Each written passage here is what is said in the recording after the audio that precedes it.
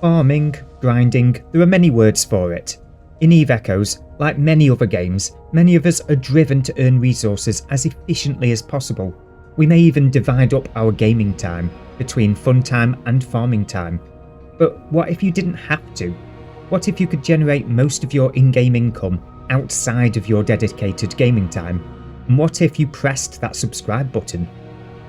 The number one strategy that players seem to take is semi-AFK ratting or mining whilst at work. Whilst this works for some, not everyone's workplace environment is compatible with this approach.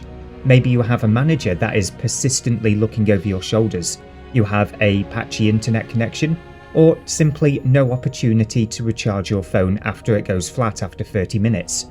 Well, in today's video we'll be looking at the other ISK making activities that you can engage in outside of your typical gaming time. So number one, first and foremost, we have the golden Nanocore AI feature. Upon unlocking the Upon unlocking the AI feature on the golden Nanocore, a ship can be configured to run combat anomalies or combat news encounters for up to 8 hours or 50 encounters if you're running the encounters. Some take the risk of running these unattended in nullsec, but the majority, myself included, run these in high-sec islands, again unattended.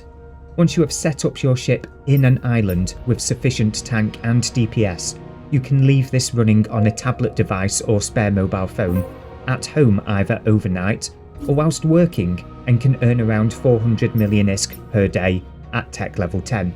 The big drawback here, of course, is that you need to have acquired sufficient resources to obtain a purple nanocore for your ship, upgrade it to gold, and then unlock the AI feature. Next up, we have Planetary Materials. When I first started the game, I learned that due to the game's market conditions, a character with 555 Planetary Materials skills could pay for its own basic Omega from the material output alone, which would only require launching and collecting every 3 to 4 days. Of course, market conditions have changed in that time, but the principles at least remains the same. Since that time, capsuleer outposts have been introduced, and when fitted with 2 resource extraction management centres, a name that is quite a mouthful, at 554 skills or higher, they essentially triple your output and deliver all the resources directly to the outpost. No need to fly around and collect the materials from the cans before the local thief comes around. How this works in practice is you log in when you have your 5 minutes to spare, as you do every day, claim in your login rewards, hit the launch button on the planetary window, do the rest of your daily rounds, and then once every couple of weeks you haul the materials to a location whereby you'll either use them or sell them. Alternatively, you might choose to set up an Atron 2 interceptor and haul the goods out AFK every do, much like myself. It only requires a couple of minutes of your time for every haul to set up the autopilot with a 50 million cargo hold worth of ISK in your hold. The benefits of the outpost approach is that it doesn't require tech level 10 or for you to leave a device running for 8 hours unnecessarily, but it does require a decent upfront investment and, most importantly, secure space for you to anchor the outpost, as anybody can come along at any time and start shooting at it. My third suggestion requires the least amount of investment and can be attempted by those on lower tech levels, as this is high-sec hauling. In the game right now we have 2 types of hauling jobs that the average player can accept. These are the player-driven hauling contracts and the transport news encounters. I cannot say much for the player-driven contracts, having never done those myself, only that they require collateral and can be more time sensitive.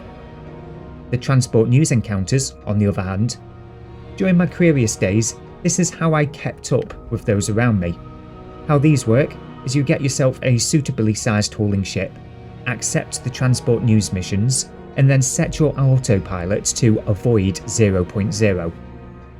From here, you can pick up your device every 20 to 30 minutes whenever you get a notification of having arrived at the destination, press a few buttons, minimise the game again.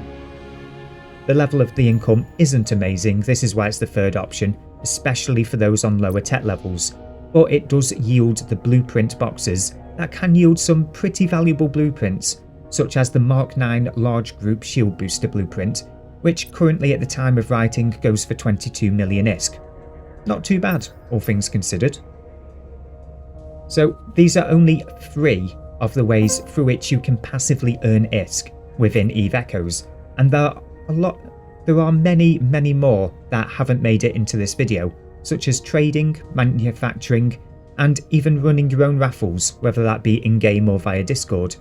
But the point here is that there is an option for everyone that allows you to earn a reasonable passive income, a passive income that frees up some game time to allow them to do the things that you enjoy the most in-game. Maybe you enjoy faction war games or exploration or something else, but you can't justify spending the time engaging in that content because of the lower ISK yield. Well, now that's not as much of a concern. You already have your grind essentially sorted, so you can go and enjoy that content. And that's it, it's time to close off the video. I'd like to thank everyone who has supported this channel so far, and would like to encourage you to hit that subscribe button. I know YouTubers say this an awful lot, but it really does mean a lot to smaller channels. But anyhow, thanks again, and fly safe, or dangerously, I should have said dangerously. Thanks again, and fly dangerously in New Eden.